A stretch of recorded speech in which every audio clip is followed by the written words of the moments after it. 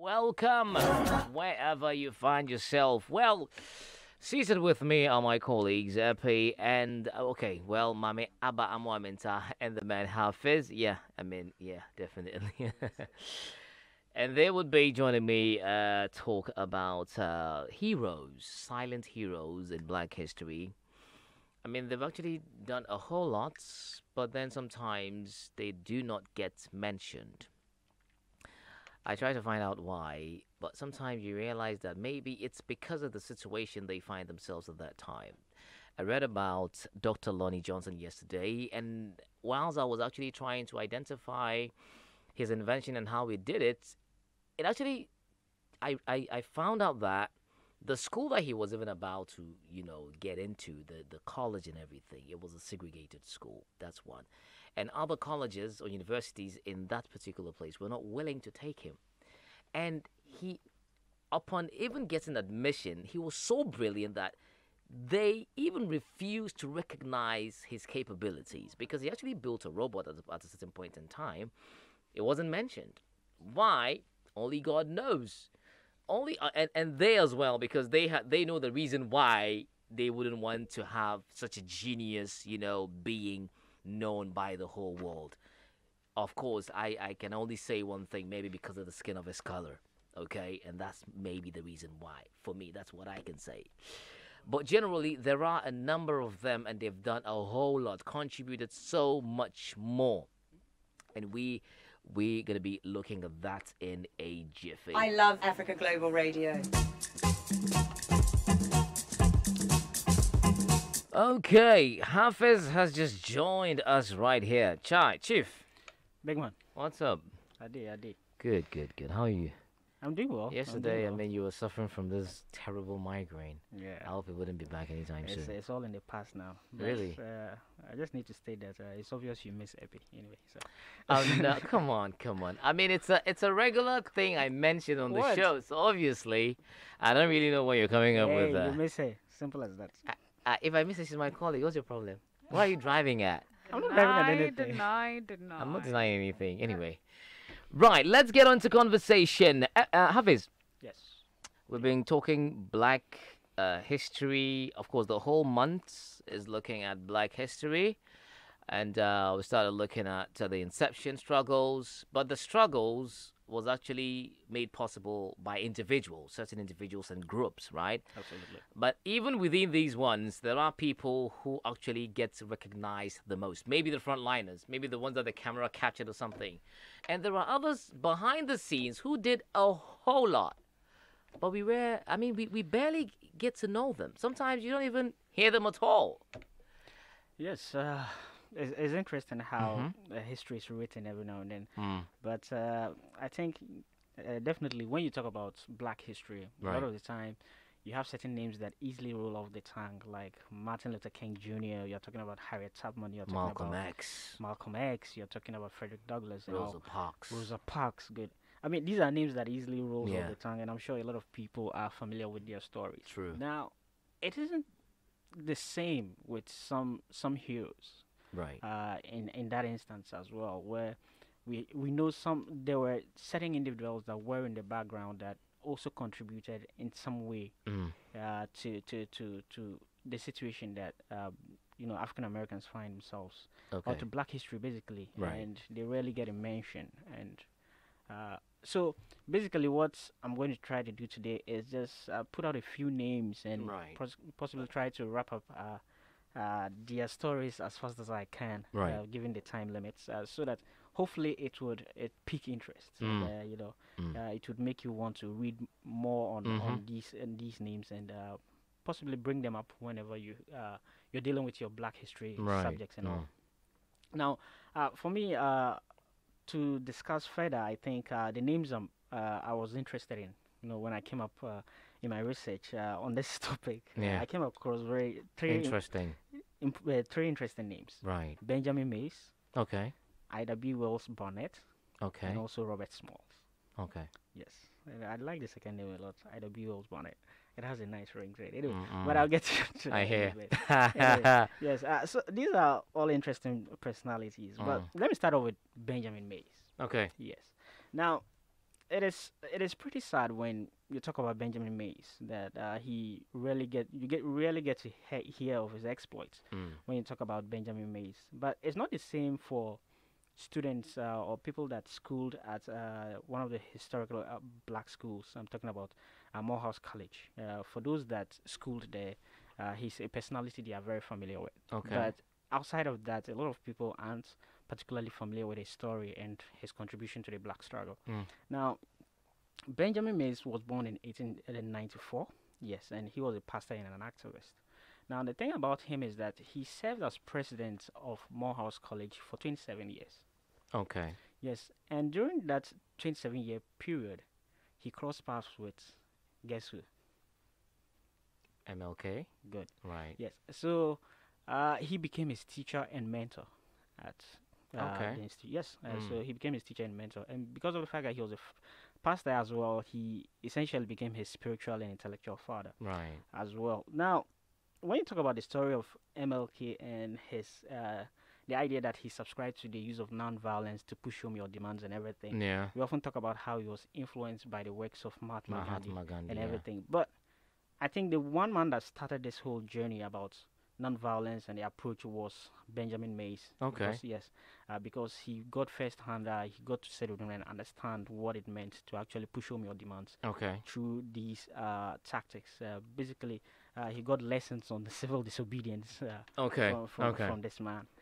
But eventually, I think in his readings and everything, he got to understand, Mahatma Gandhi as well. Mm. And so you can say that the genesis of it all started With Benjamin. Benjamin Mays. Right. Now, also, if you look at his contribution to the black struggle, he helped also construct the civil rights movement in the South.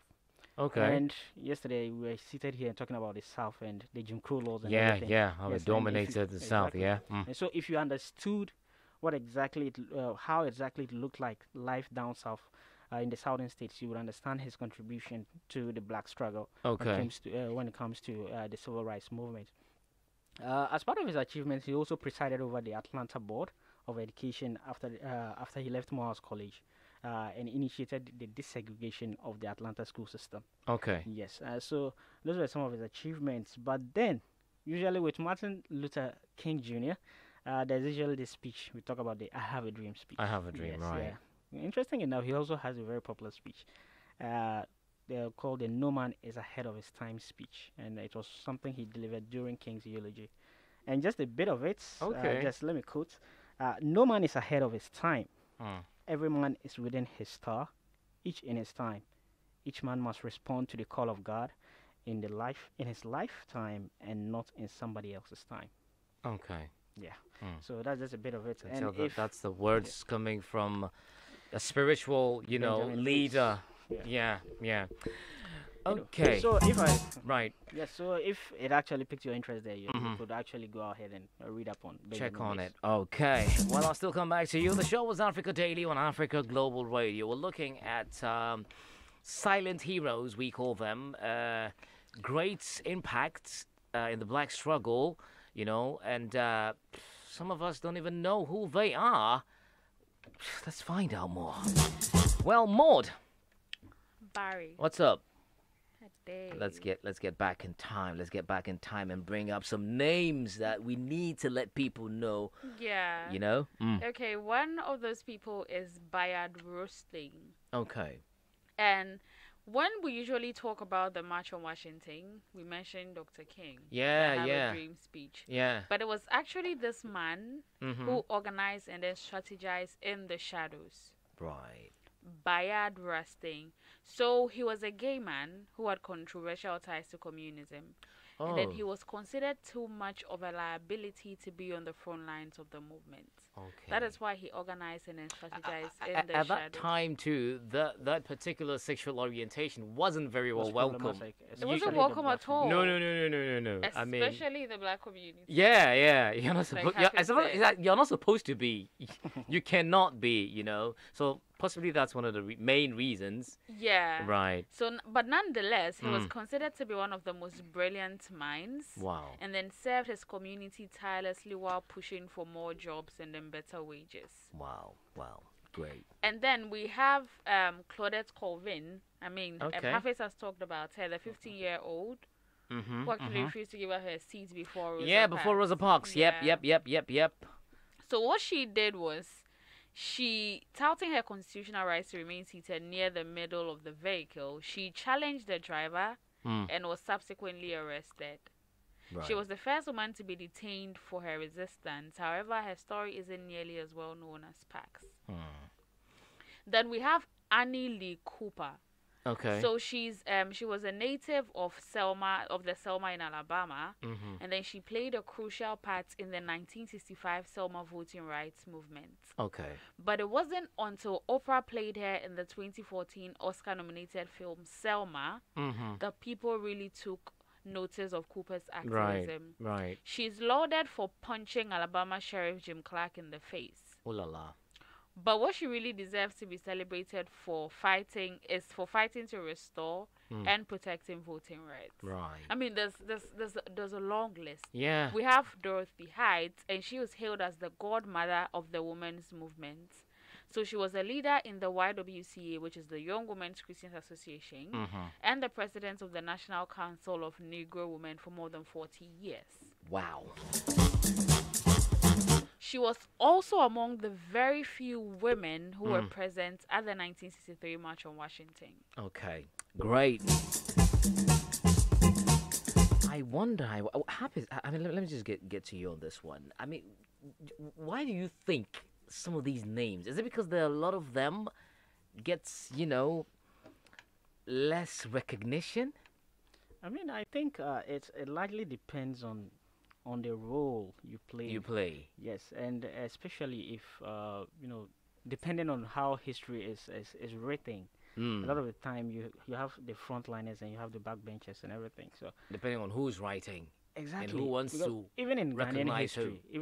history, Yeah. Yeah. yes, every time we mention the independence struggle, we talk about Kwame Nkrumah. Kwame Nkrumah, yeah. But of course, there were other individuals. Oh yeah, that yeah. It was a were in the collective background. effort, Exactly. Yes, there were others in the background. It's if not until recently we decided to mark it as Founders Day instead of Founders Day. Yeah, If you yeah, get me, you know. yeah, yeah. So yes, to try to recognize those that also played one In the role or the other struggle. in the struggle. Right. So it's everywhere. Really. It's everywhere. Yes. Okay, now let's go to Ida B. Wells, Barnett. who's you I don't know why you like the name, but I just like her name, Really? Firewoman. Anyway. all right, let's hear it. Yes, Ida B. Wells Barnett. Okay. Now, she mentioned Rosa Parks and mentioned Claudette. Yeah, Now, before all these two and buses and whatnot and not refusing to give up your seat, yeah. 70 years before Rosa Parks, there was 70 years before before. Rosa Parks, there was Wow. Ida B. Wells Barnett. Yes.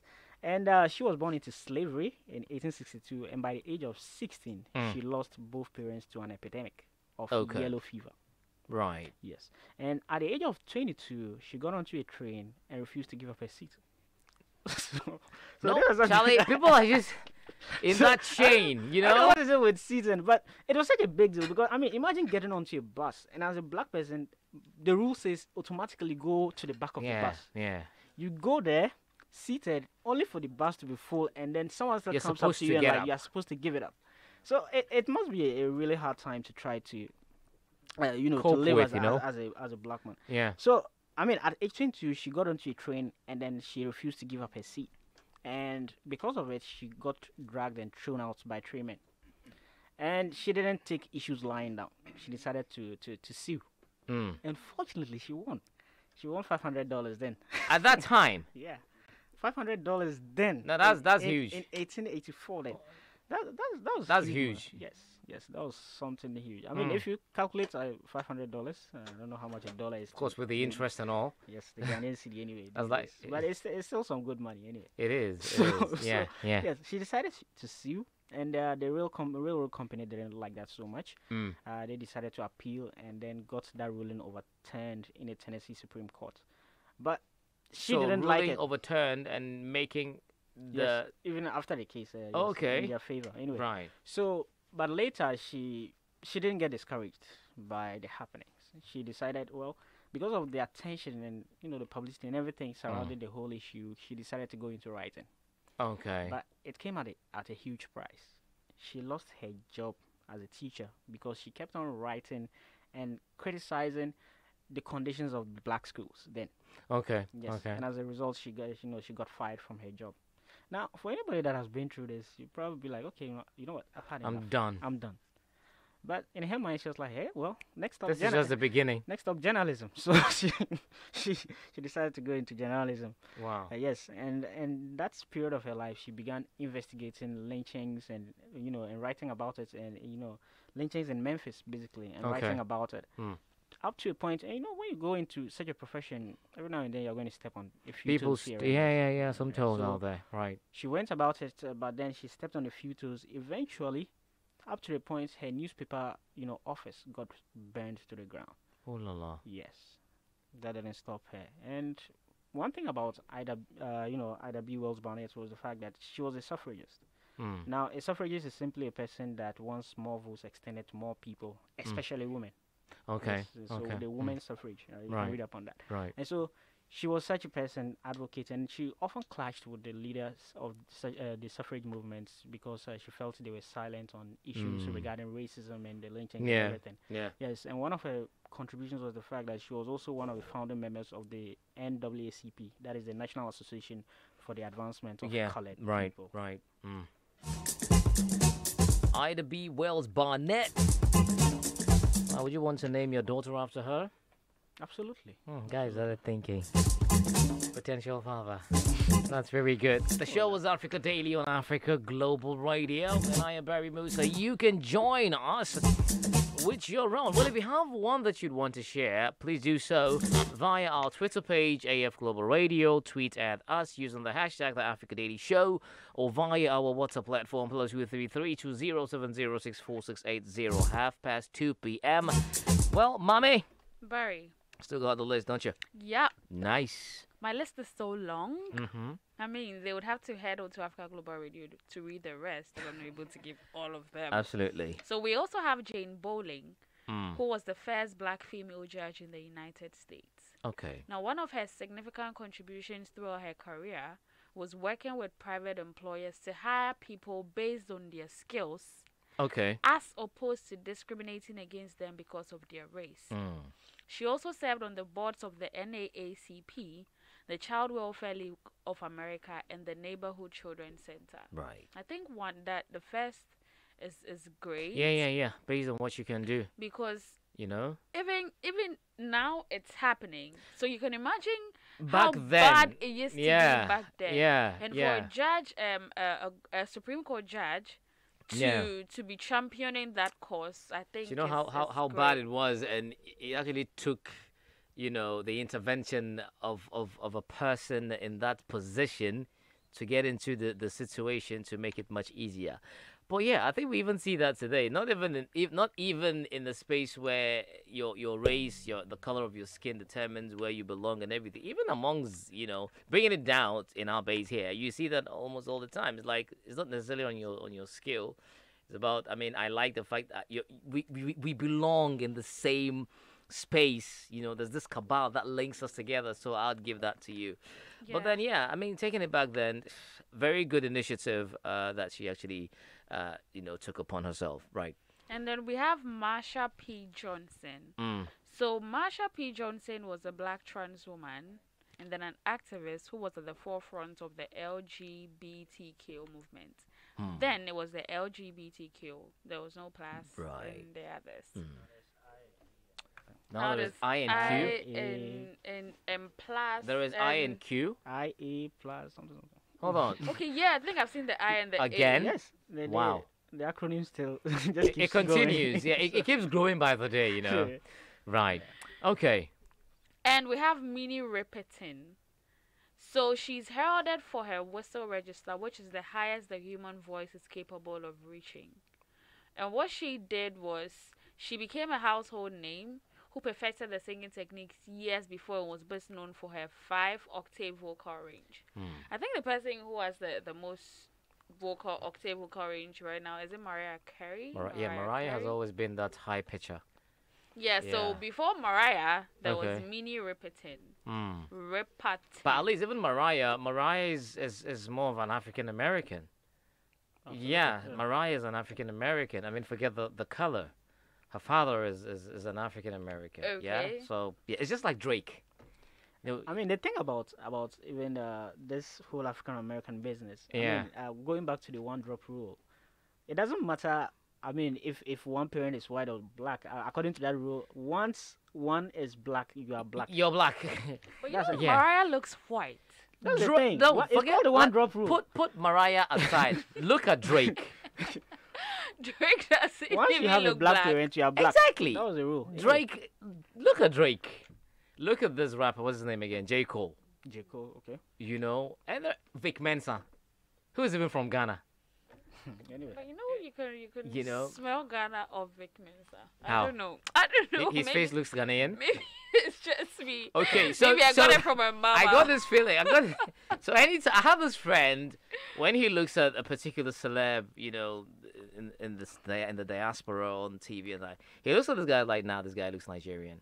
He looks at Nas like, no, Nas is a Nigerian. Forget. He looks at Rick Ross like Rick Ross. Yeah, Yoruba. Chameleone. Chameleon. Nigerian. Why? What makes you think? Oh, he's Nigerian.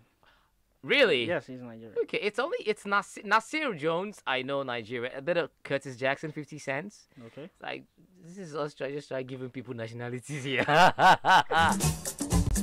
But Lupita is I think not Kenyan. Kenyan, Yes, right? Lupita.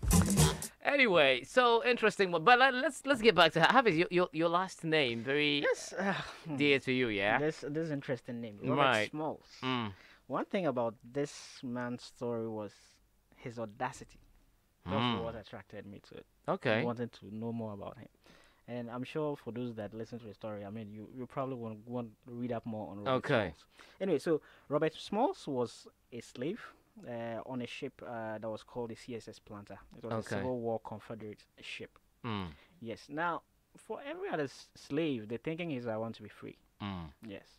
And this was a man that worked as a deckhand on the ship. So he basically, had the opportunity to be on the, on the travel routes and Right. everything. On the seas, he Mm. sailed with these soldiers and everything. Mm. And so he was very observant. Yeah. He observed their movements. The he routes observed the they- route. I mean, they he knew the frequent and seas all. like the back of his hand. That was how Wow. good he was. So Mm. eventually, but then he plotted and for years his escape. He wanted to be free, Mm. and all he had to do was to sail to the Union blockade area just outside the Charleston Harbor. He knew that once he got there, he would be a free man. But how was he going to do it? Mm. He had to take one of the ships. How was he going to do it? But then he kept planning. And because of how he was used on the ship and everything, he observed their goings and comings basically, and observed their routine closely. So, and he realized that the soldiers every now and then sometimes would spend the night offshore and everything. So he monitored their movements basically until one night, one dawn, he said, "Look, it's time." Mm. And so he took up his kids, his wife, children, and some 12 other slaves, Okay. and decided to take the ship. Now, when he took the ship, now you are you're on certain waters that you are supposed to go through certain checkpoints and everything, points Yeah. on the seas. It's dangerous, Mm. and you are a black man on it. Once you are caught, it's certain death, and he knew this, Mm. but it was a chance he was willing He to was take. willing to take. Right. He was willing to pay the price. And even according to the narrations and stories told by his great grandson, Mm. he talked about the fact that when he took the ship with his wife Hannah, then Mm. he realized that, look, this was a do or die affair. Right. And so if they ever got caught, the base of the ship was laced with dynamite, and they were willing to blow that up along with themselves. Whoa. Yes, because if they were caught, they were not only going to be killed, that was sure, but they probably were going to be brutalized. Yeah. Before that. Just to serve as an example to the Yeah. others. Yes, so they will basically become the cautionary tale here. And so that was the whole thing. So imagine, setting off on, taking such a risk with your wife and kids and everything, and you're like, look, I'm doing this anyway. Mm. So he took the ship one dawn, and when they were offshore, and then as he sailed past five points on the seas. Remember I told you he knows the seas like the back of his hand. Yeah. Now the 5, he passed 4 and then got to the last one, which was called the Fort Sumter. Okay. Fort Sumter was even more dangerous. Now, all the ships took a certain direction when they got there. Right. Let's say they took the right. And he. Then all of a sudden he got there and they realized this ship was taking the other way. And that was when the soldiers noticed, the Confederate soldiers noticed something was going on. Mm. And they immediately turned their cannons and whatnot, trying Towards to it. sink the ship. Mm. Fortunately for him, he had long sailed. Wow. And so, anyway, so he made his own luck. Basically, they say luck is when opportunity meets what Exactly. preparation, or Mhm, the preparation mhm. meets opportunity. Anyway, Mm. so he plotted, waited for the time, and he took it, and eventually it paid off. Now, this is a man that went on to become the first African American captain of a U.S. vessel. Whoa. Yes. Whoa. He actually gained his freedom and went ahead, at some point to buy back his master's house. Guy got guts. Yes. Yep. Yeah.